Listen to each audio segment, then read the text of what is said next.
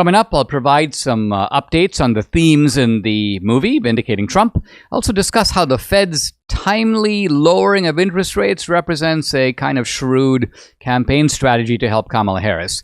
Fanchon Stinger, she's co-host of Merit Street's Morning on Merit Street TV show. She joins me. She's going to talk about how do you survive and even thrive in today's highly toxic media environment. Hey, if you're watching on Rumble or YouTube, listening on Apple, Google, or Spotify, please subscribe to my channel. This is the Dinesh D'Souza podcast.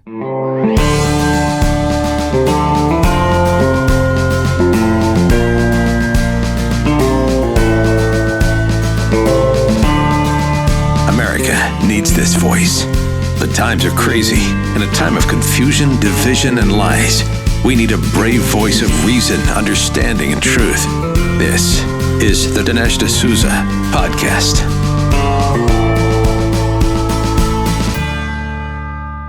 Debbie was looking at Facebook this morning, and she discovered that there is a fake website on Facebook that has been set up for Vindicating Trump. It looks like it's real, but it's not real. We did not set it up. And you know it's fake because if you try to get, there's a link, like you can get tickets by clicking over here, but you can't. It tells you no such venue. And so this is an attempt to mislead people. This is the kind of bogus stuff that the left does to deflect, to make it difficult, to confuse you, like, oh my gosh, there must be something wrong. The truth of it is that is not taking you to the movie website. So if you want to get tickets for Vindicating Trump, and you should go see it next weekend in the opening weekend, September 27th, that's Friday 28th, Saturday, or Sunday the 29th. Very helpful to us. It will give the movie an early sort of dose of rocket fuel that sends us into the week and then into our second weekend. So that's the way to see it. But get tickets by going directly to theater sites. Like you can get them from Fandango and other types of movie sites, or the one-stop shop. Go to the website, vindicatingtrump.com. Now, get the name right, because there are a couple of people who are like, well, I typed in Trump vindicated. No, it's vindicatingtrump.com. That's the website. That will take you right there. Put in your city, put in your zip code, boom, theaters come up. And by the way, if you don't see a theater right in your area, be a little patient with us. We're adding more theaters, in fact, a whole bunch of theaters that are going to go up on Monday, setting up our sort of full kind of theatrical list for the opening. So this adding of theaters is one of those types of back and forth things. And look, so be patient and keep trying back to see if we've added theaters that are more convenient for you, if you don't see one that is very much within striking distance. I've begun my familiar media blitz and tour for the book.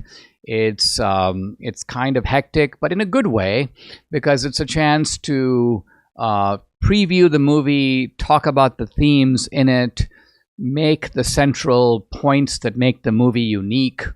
And I want to say this because people sometimes ask me, like, Dinesh, how do you go about doing a film like this? Like, where do you get the premise? What makes you think of like this would make a good film?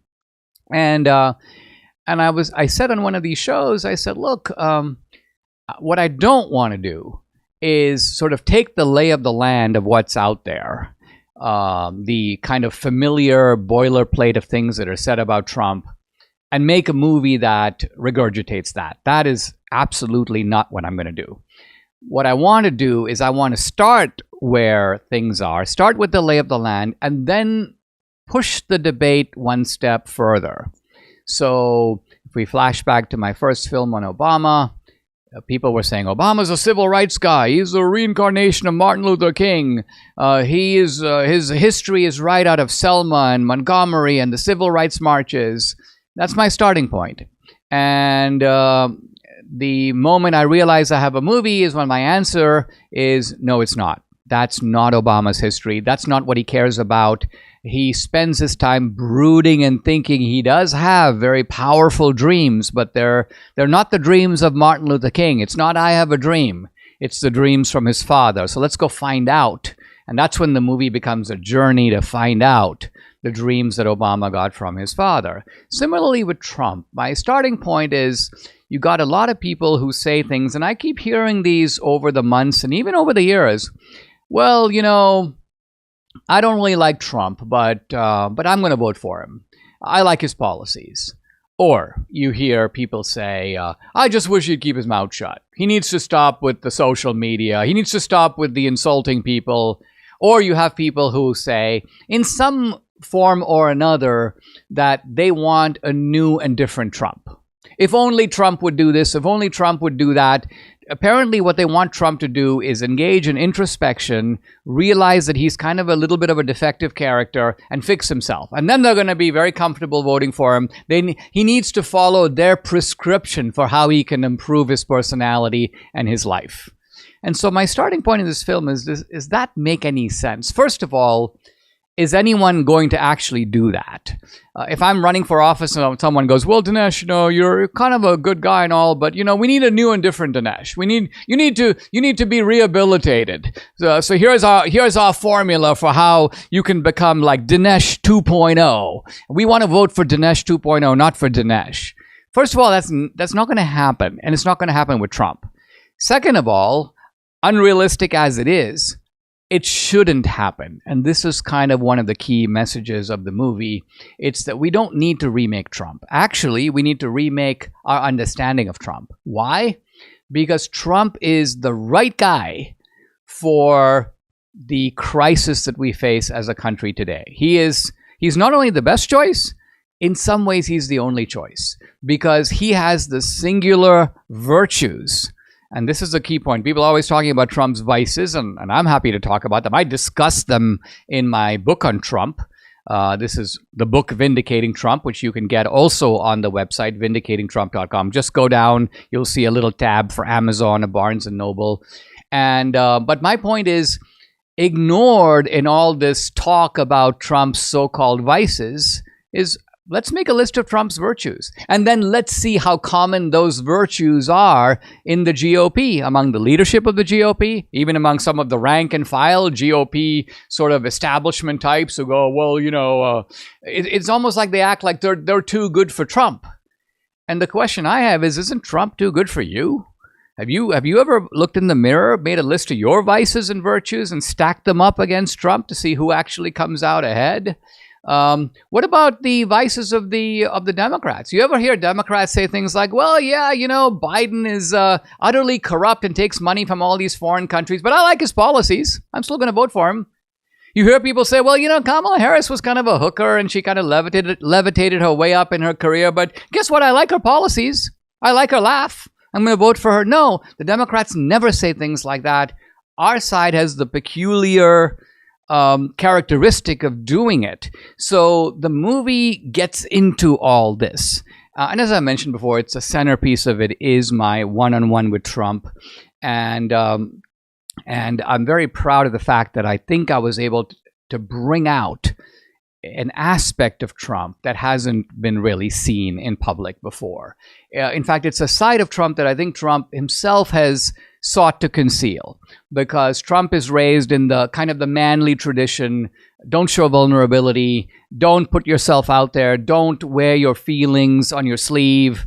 And so when he's been asked these kinds of questions in the past, he moves away. He goes in a different direction. But you'll see Trump in, I think, at least in some respects, a reflective and very wonderful new light in this film. So get your tickets, get signed up, make plans, round up your buddies, vindicatingtrump.com. Get your tickets from there. Don't try to get them off the fake Facebook site. Go to the genuine site, vindicatingtrump.com. The radical left is working overtime to gain control of the Supreme Court. They want to end lifetime tenure so they can end the court's conservative majority. And this is a familiar story. Remember when Hugo Chavez reformed Venezuela's Supreme Court? Debbie and I have had this discussion many times. when she warned me about Chavez's destruction of Venezuela. He never lost a ruling subsequently, never lost an election. Why? He packed the court. And this ensured that Venezuela would never be a free and a capitalist country again. So now, more than a decade after his death, Venezuela is still in total tyranny and total chaos. So we can't let that happen here. If we lose the court, well, we lose the country. And that's why my friends at First Liberty are doing something about it. They're fighting to save the court, and you can help in the fight. So to win the fight, they need 1 million patriots like you to join them. Here's how you do that. You can learn more. Go to Supreme Coup, C-O-U-P, supremecoup.com/Dinesh. Are you feeling overwhelmed by the increasing cost of health insurance? Have you had enough of not having control over your healthcare dollars? Introducing ShareRight. It's healthcare done the right way. At ShareRight, you're not just a number, you're part of a caring community. Forget about paying excessive premiums. With ShareRight, you stand to save 30 to 50% compared to health insurance. Wow, think about what you could do with all those savings. But it's more than just savings. ShareRight ensures you have access to the care you deserve precisely when you need it, from routine checkups to unexpected emergencies. With ShareRight, your healthcare is their top priority. Empower yourself today. Take control of your healthcare costs. Visit shareright.org/Dinesh to learn more. See how much you can save. Visit shareright.org/Dinesh. That's shareright.org/Dinesh for healthcare done the right way. I'd like to mention two interesting developments, one on the political side and one on the economic side. So we'll start with the political, and that is the Teamsters. The Teamsters have been a reliable Democratic endorsement for decades. I mean, the alliance between the unions and the Democrats goes back to FDR. By and large, what happened in the New Deal was the government went to the unions and said, listen, whenever you have a fight with management, call us, because we'll step in, we will pulverize the management, and you will get your concessions. So the unions suddenly realized this is like getting into a street fight and having the cops on your side. And the unions have been in the Democratic camp ever since. And by the way, this is also why sometimes people say, well, Dinesh, are you anti-union? I go, no, I'm not anti-union. I like the idea of workers and management bargaining back and forth. What I don't like is when it's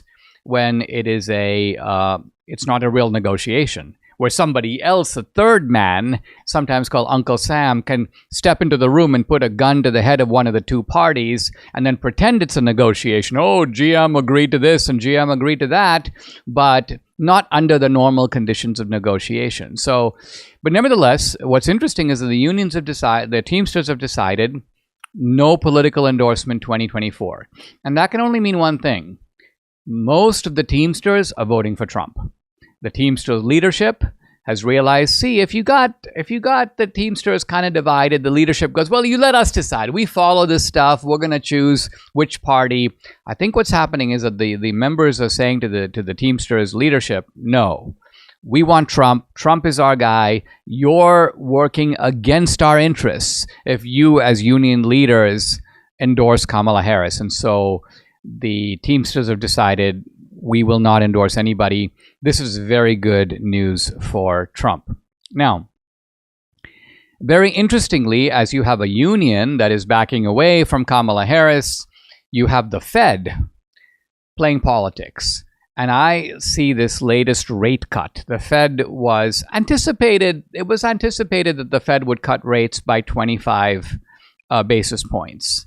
But they decided to go more, in fact, to go double, and cut rates by 0.5 percentage point. So that's a fairly big move. And I think that it is a move, even though Jerome Powell, the head of the Fed, was out there and was giving sort of an economic rationale. I don't think that unemployment is up, but I don't think it's too bad. And I think that the economy can use, is in a strong enough position that I think we can cut rates without causing any kinds of problems or even overstimulating any inflationary trends. I think all of this is rhetorical garbage. It's rhetorical garbage, not because there are no economic arguments to be made. It's garbage because that's not why he's doing it. So why is he doing it? To help Kamala Harris essentially 50 days or 50 days thereabout to the election. The Fed is become a wing of the Democratic Party. And I don't just mean the Fed as an institution. I mean this Fed. This Fed with Democratic nominees is trying to kind of do its job to help the Democratic nominee. Now, this is not what the Fed is supposed to do. The Fed is supposed to be independent. It is supposed to make decisions based on an economic rationale. But my point is, we should not be fooled by this. What they want is a spike in the Dow. What they want is to make loans a little more easy to get. You were paying 6% before. Now you can get loans at 5.5%. And so people go, oh, wow, it looks like those Biden-Kamala policies are finally working. No, it doesn't. This is like Biden lowering gas prices by drawing on the strategic reserve.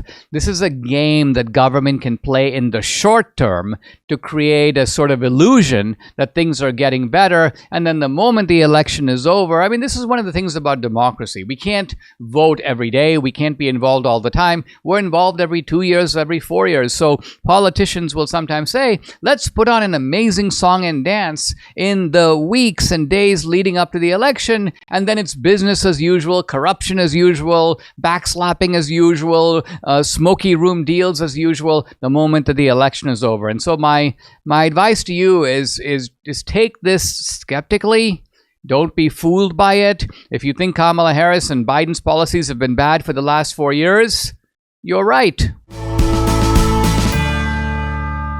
You asked, and MyPillow listened. They're finally bringing you the most requested offer ever. Right now, you can get the queen-size premium MyPillow for just $19.98. MyPillow is made with patented adjustable fill. It adjusts to your exact individual needs. Regardless of your sleep position, it helps keep your neck aligned and holds its shape all night long, so you get the best sleep of your life. But that's not all. They have good deals all around. Get the 6-piece MyPillow kitchen or bath towel sets, just $25. The brand new mattress topper as low as $69.98. The famous MyPillow bed sheets as low as $25, and so much more. Here's the number to call, 800-876-0227. The number again, 800-876-0227, or go to mypillow.com. When you use promo code Dinesh, you get big discounts on all the MyPillow products, including the premium queen size MyPillow, only $19.98. That's the lowest price ever. Don't delay. Order today. Go to mypillow.com. Don't forget the promo code. It's DINESH, Dinesh.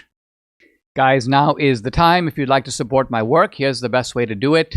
Sign up for my Locals channel. Become an annual subscriber. It's a modest expense. I post a lot of exclusive content on Locals, including content that's censored on other social media platforms. On Locals, you get Dinesh Unchained, Dinesh Uncensored. You can also interact with me directly. I do a live weekly Q&A on Tuesdays. No topic is off limits. I've also uploaded some cool films to Locals. I've got Dinesh's movie page up there. 2000 Mules is up there. The latest film that came out last year, Police State, and the new film will be up there as well. Hey, if you're an annual subscriber, you can stream and watch this movie content for free. It's included with your subscription. So check out the channel. It's dinesh.locals.com. I'd love to have you along for this great ride. Again, it's dinesh.locals.com. Guys, I'm delighted to welcome to the podcast a new guest. It's Fanchon Stinger. She's a national TV personality. She is currently the co-host of Morning on Merit Street. You probably know about Merit Street. It's the new network associated with Dr. Phil. She's a 15-time Emmy Award winner. She was a host, actually, of a Fox show in the Midwest. She also has a charitable initiative. It's called Grit and Grace Nation. And that website is thegritandgracenation.org. Fanchon, thank you for joining me. I really appreciate it. I thought it'd be really fun and interesting to talk to you about your life, but also about the state of journalism. Journalism is a kind of an old and trusted profession. Yes. I'm sure that was your idea of it when you went into it years and years ago. Let's start by talking about that. Talk about your story, your upbringing, and why you decided, with a lot of choices in front of you, I'm going to go into journalism. Well, it's interesting. First of all, Dinesh, thank you for having me. I am absolutely delighted to be on your podcast and have a chance to have this conversation with you. You know, I felt I was called to journalism very young. At 15 years old, I felt like that dream was ignited in my heart. And the reason I got into journalism is just a few things. I love to tell people stories. I knew that I could make an impact on the community, and I loved to travel. So I had an adventurous spirit. So being able to advocate for people, to tell people's story, and to be a good communicator, that was important to me. And especially as a young child, I was very shy growing up. And I wasn't one of those outgoing girls. I wasn't someone who was always in the mix, but I had this burning desire to get into a career that really was a challenge for me because I had to learn to overcome my shyness. I had to learn to overcome and sometimes low confidence. So early on, I wondered, well, God, why are you calling me to this platform? You know, why is it that I have this desire to be a journalist? And I had to work very hard to overcome some of those things. And I think now, seeing what this industry is, seeing what it has become, I know we're going to talk about that, but the pursuit of truth and the pursuit of information and the pursuit of knowledge, I'm a believer that we all have a foundational right in this country and a foundational freedom to make educated decisions. And that's what drove me to this industry. And that's what I thought in the beginning I was going to be doing. And that's what I felt like I was doing for the majority of my career.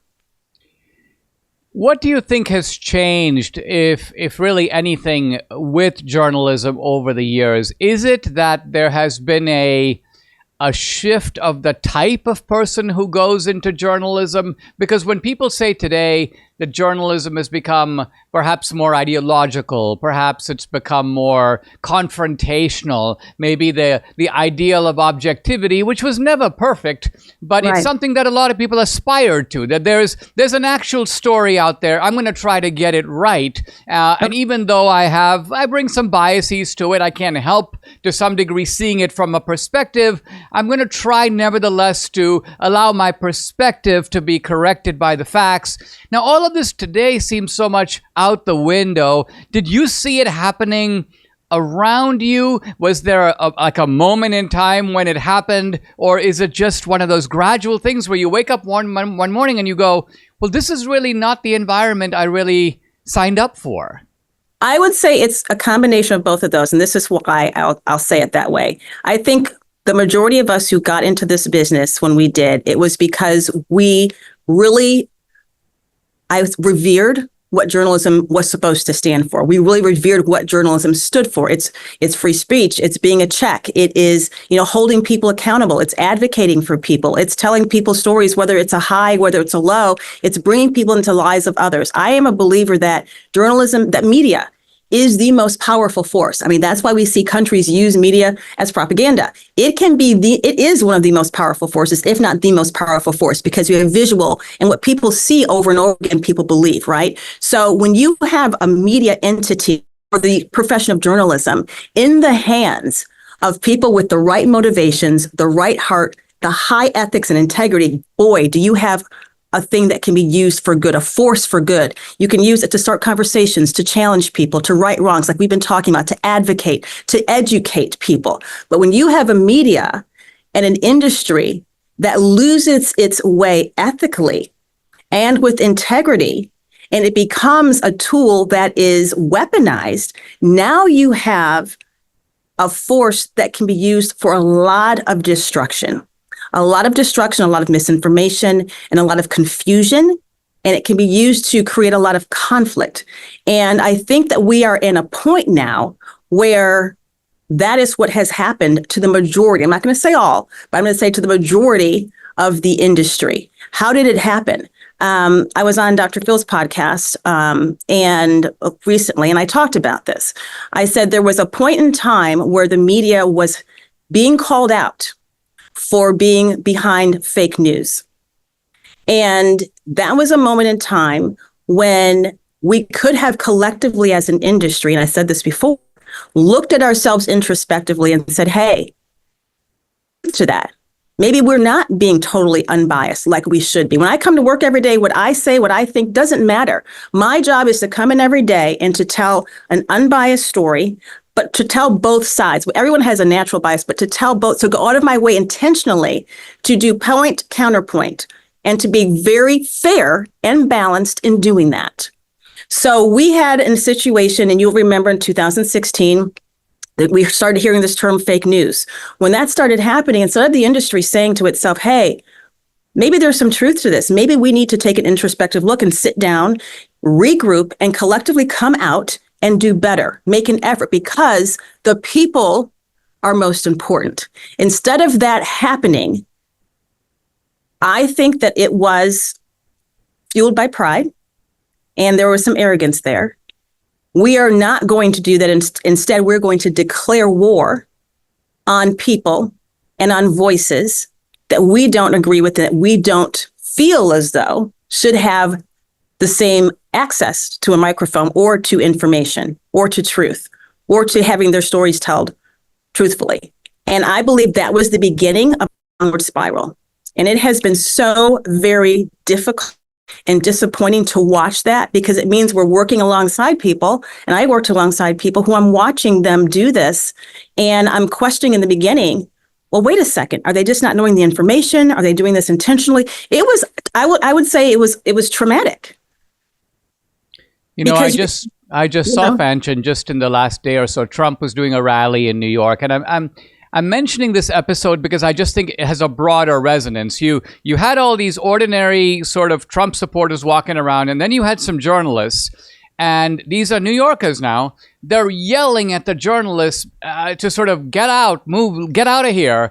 And I think the sentiment that I'm picking up was not that the journalists are critical of Trump or anything like that, but it's sort of like the ordinary guys are conveying the idea that you are not representing what we believe with even a modicum of fairness. And you can even sense the hostility between the two camps. It's almost like the journalists feel like I'm in the lion's den. And so it strikes me as an unhealthy environment, because when you're covering a story, like you say, there has to be some level of, particularly if you don't agree, an empathetic effort to say, well, let me try to get where these people are coming from. Let me say what they think in a manner that they would go, yeah, and then I can criticize them if I want, but let me begin with a fair articulation of their point of view, not just in the case of politics, but so many areas now. That just doesn't seem to happen. I think that's what you're trying to say.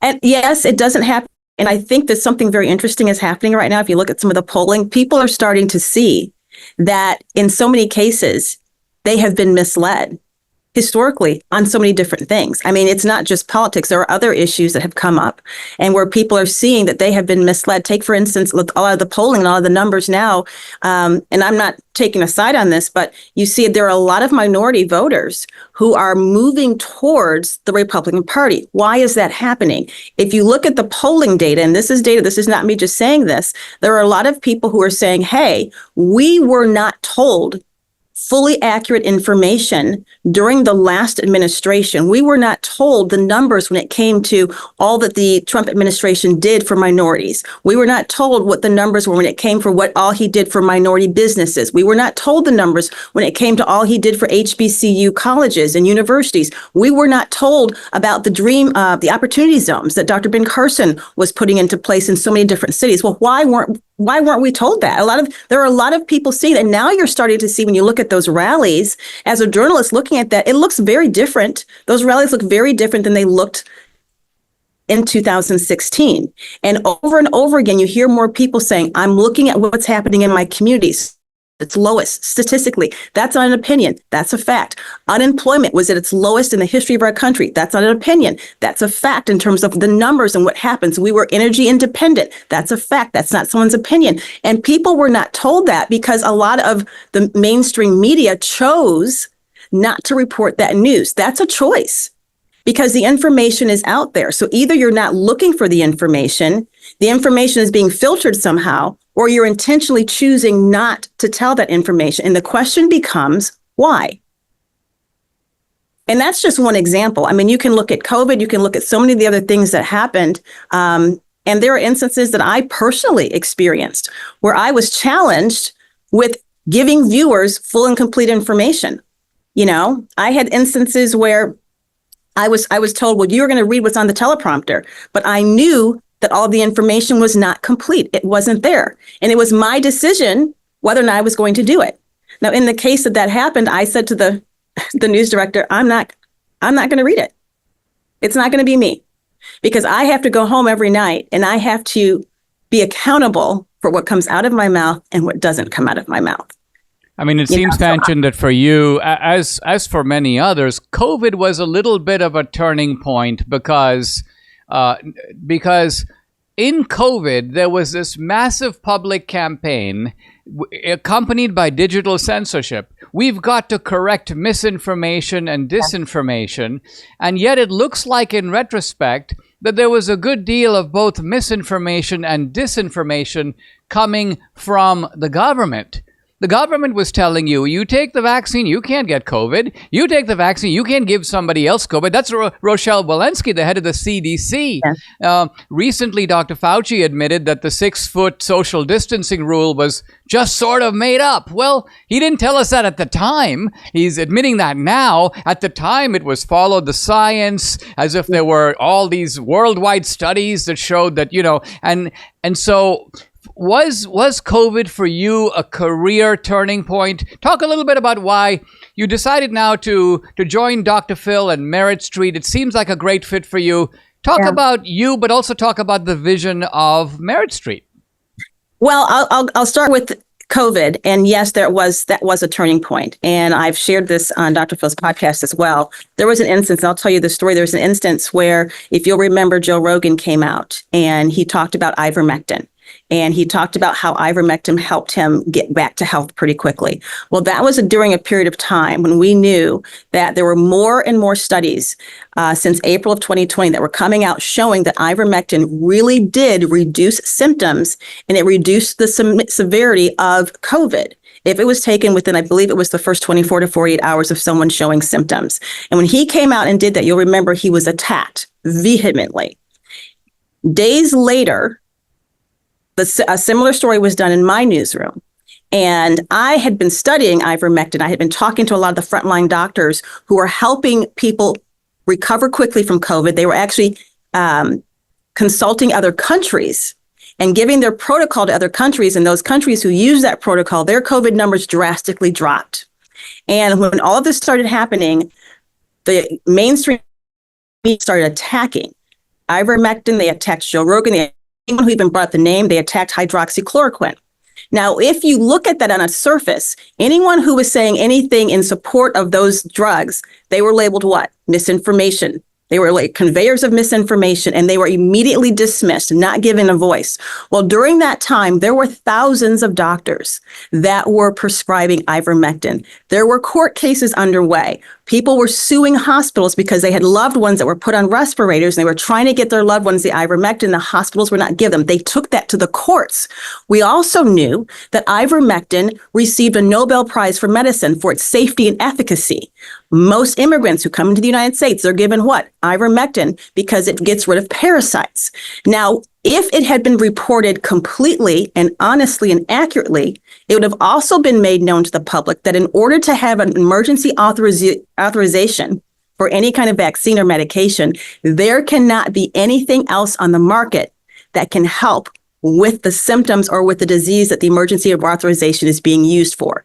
So what was the vaccine brought to the public under? The Emergency Authorization Act. So there could not be an ivermectin, there could not be a hydroxychloroquine on the market that helped reduce symptoms. And all of a sudden it became, we did a story, and when the story came up, I was on the air, on the newscast. We did a story on ivermectin. We interviewed a doctor who said, you're crazy if you take it. And we interviewed a lady who had a horse who said, I give this to my horse, and why would anyone want to take ivermectin? What was missing was another doctor saying, well, I disagree. I'm prescribing this to my patients and I'm having a high percentage of success. What was missing was another patient who had taken it who said, this saved my life. You can have a variety of thought, but you have to have fairness and you have to have balance. Nowhere in that story did it mention that there was increasing information on the safety and the effectiveness of ivermectin when you look at the peer-reviewed studies that came along with ivermectin and COVID. That was nowhere. So I immediately turned to my executive producers during a commercial break and I said, hey guys, this story is not balanced.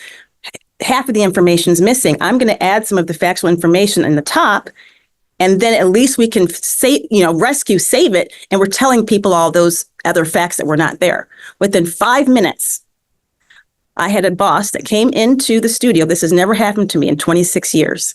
And he said, you changed the beginning of that story. Why did you change it? I said, because the story is biased and a lot of this in here is inaccurate. And read it. And he looked at me and said, you will read what's in the prompter. It's been changed back and you will read what's in the prompter. And in that moment, I had a decision to make. And my response was, no, I won't. I am not going to read that, because what will happen if I do that, the credibility, the integrity, everything that I've built over an entire career, people would take that information because they trust me and they would have believed that when I knew it wasn't true. I did not read that story.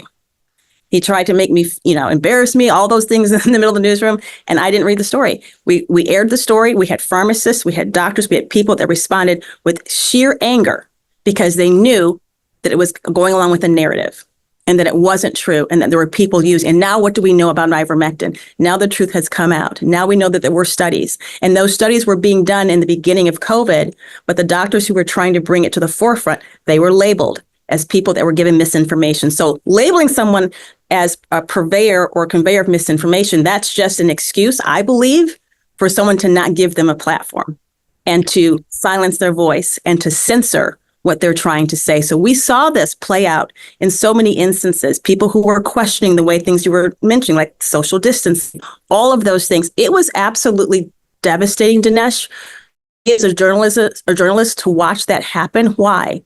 Because people were making decisions that would affect their health, that was affecting their mental, emotional capacity based on information they thought was true. During COVID, every single day you turn on the news, what did you hear? This many people died. This many people died. This is the death rate. Not once or very rarely did you hear the recovery rate. I had to go to my producers. I had a good relationship with my producers. And my producers, I told them, I said, if I'm going to read the death rate, make sure in my scripts you also include the recovery rate. I believe it was 97% or so. It was very high in terms of the recovery rate.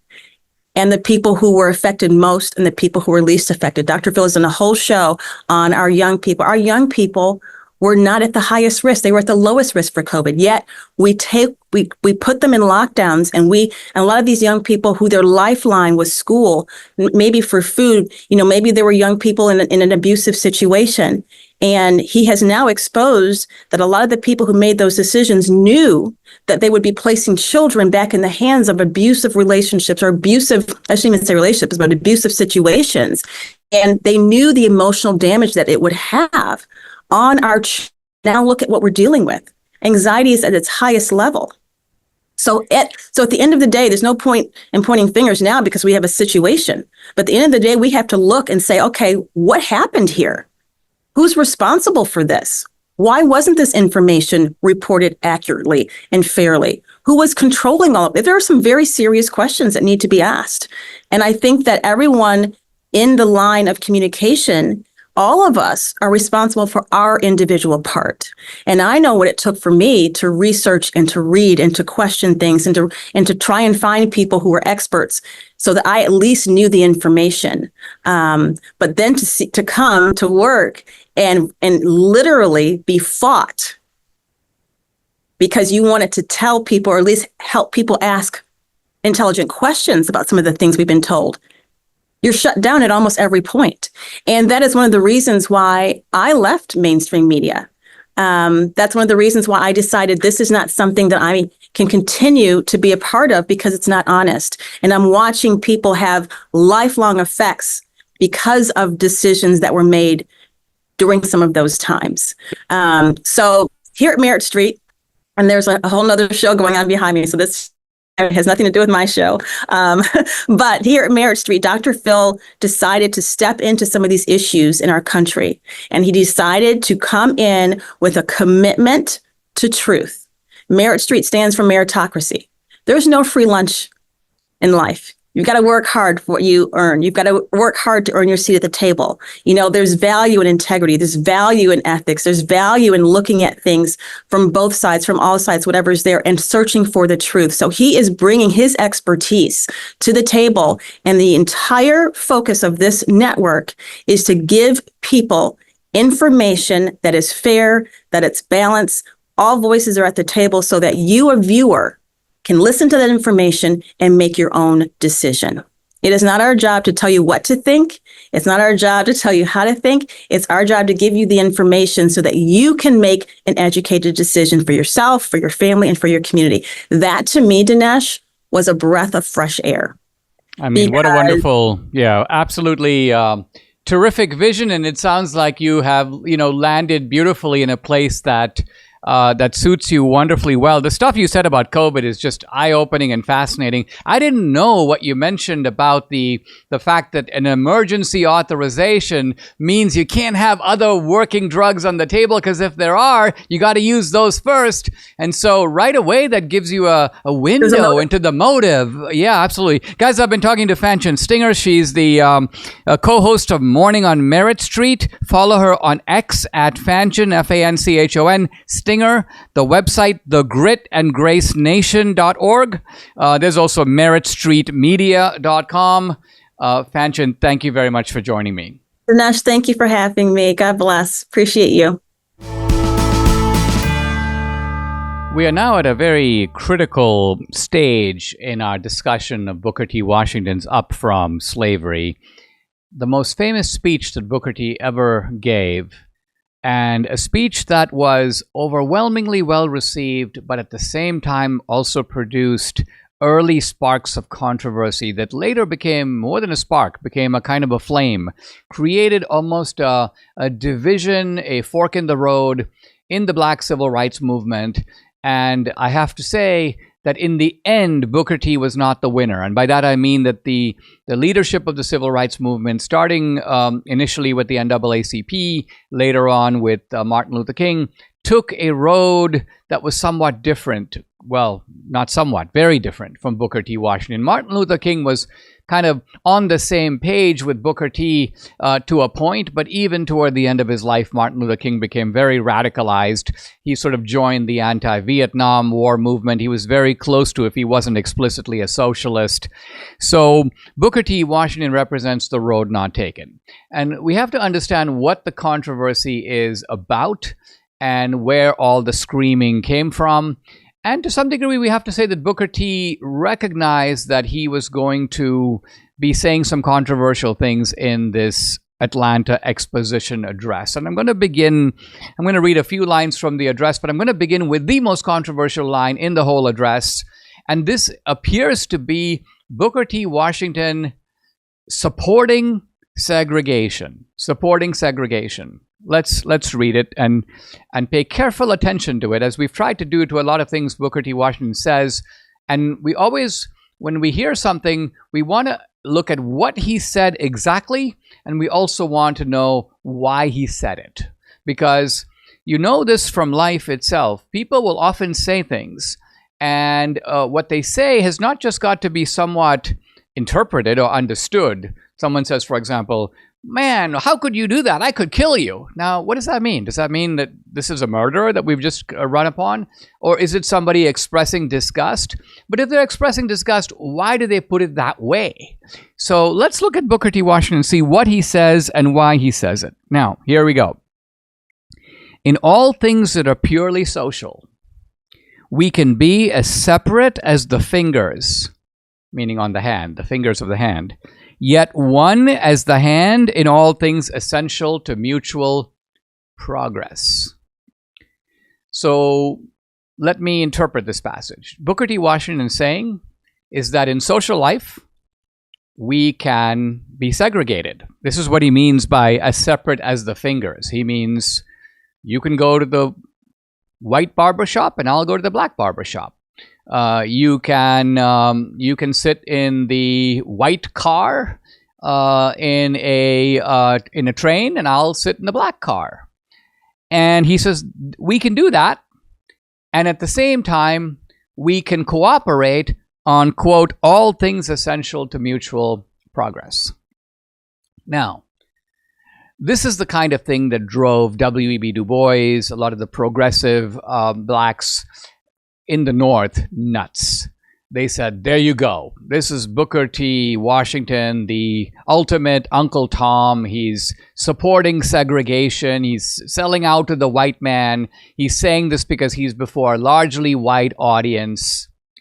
But let's try to do a little more careful and sympathetic understanding of what Booker T. Washington is saying. Now, it's important to realize that we're talking about the late 1890s. Segregation has just been not just established, but is fairly widely consolidated in the South. And there is a kind of a vengeful mood in the South in the aftermath of the Civil War. The South has just lost a war just a few decades earlier, 1865, that has leveled the South. I mean, Sherman burned Atlanta to the ground. And the Southern way of life as it existed before is gone. And so the white South was in a very surly mood, and segregation is now entrenched, and there is basically an atmosphere of vicious hostility to the black man, some of which comes out of just ancient racism that was there under slavery, but some of it is also that we can't fight back against the North. The North has actually now exited the South. They're no longer ruling the South, but we're still mighty PO'd. Let's take it out on the black man who's right here. The black man who on top of it is voting Republican and seems to be in some senses allied with the North, because after all, it was the Northern soldiers that gave these black men freedom. So, to understand why Booker T. Washington says what he says, I'm going to turn for a moment to Abraham Lincoln and something that Lincoln was asked several times during his career. Do you support social equality between the races? Abraham Lincoln's answer, no. Do you support blacks being given the right to vote now? Lincoln's answer, no. Do you support getting rid of laws that prevent blacks and whites from being able to intermarry, so-called miscegenation laws? Do you support getting rid of those? Lincoln, no. Now, what was Lincoln's actual position? Lincoln's actual position is that as a country, we do need to get to a place where those things are permitted. Blacks should be able to intermarry with whites.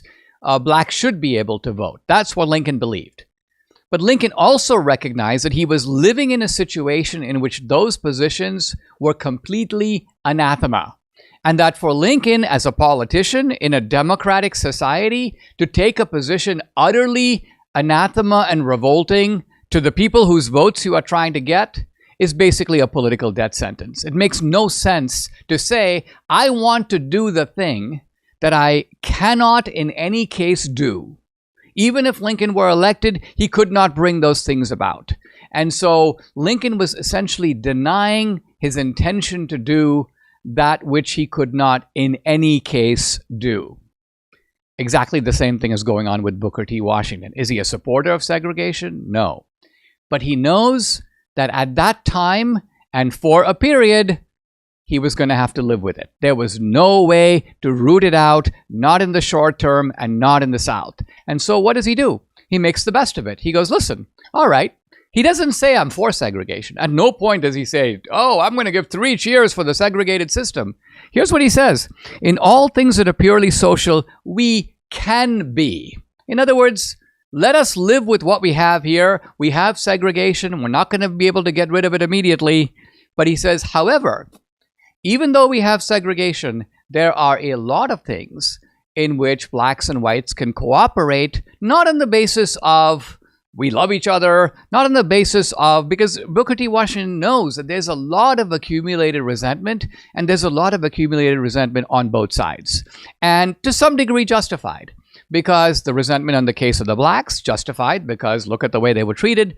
The resentment in the case of the whites, also justified to a degree, because it's like, look, it's because of you guys that we were invaded by the North, our whole way of life destroyed. Basically, yes, you got freedom out of it, but what did we get out of it? Look at our world. It's essentially in tatters. So there's mutual recriminations, and Booker T is trying to reset a kind of foundation for blacks and whites to be able to get along, work together. And so he says, all right, it's kind of like if you and your neighbor have been, at blows and you hate each other and you want to kill him, he wants to kill you. And then along comes Booker T. Washington and says, all right, listen, nobody's asking you guys to go to the 4th of July party together. Nobody's asking you to invite each other to each other's birthdays. But guess what? You can be civil across the fence. You can do some mutual cooperation. You lend me your lawnmower, I'll lend you my rake. In other words, there are things that you can do so that each of you benefits from this mutual relationship of respect. And that's what Booker T. Washington is getting at. So he has been vilified, I think, quite wrongly for being some sort of a sellout or apostle of segregation. A wise man knows what you can and cannot achieve. Politics is the art of the possible. What can you get done? And there are all kinds of things that you might want to do after that. But it's very often the case. And remember, with Booker T. Washington, it's always about getting the first thing done before you get to the second thing. In other words, learn to brush your teeth before you can learn to read a book. And learn to read a book before you start mastering Latin grammar. So Booker T, again, is not against the rising up on the scale, but he thinks it should be done step by step. And same here. He thinks that social progress occurs.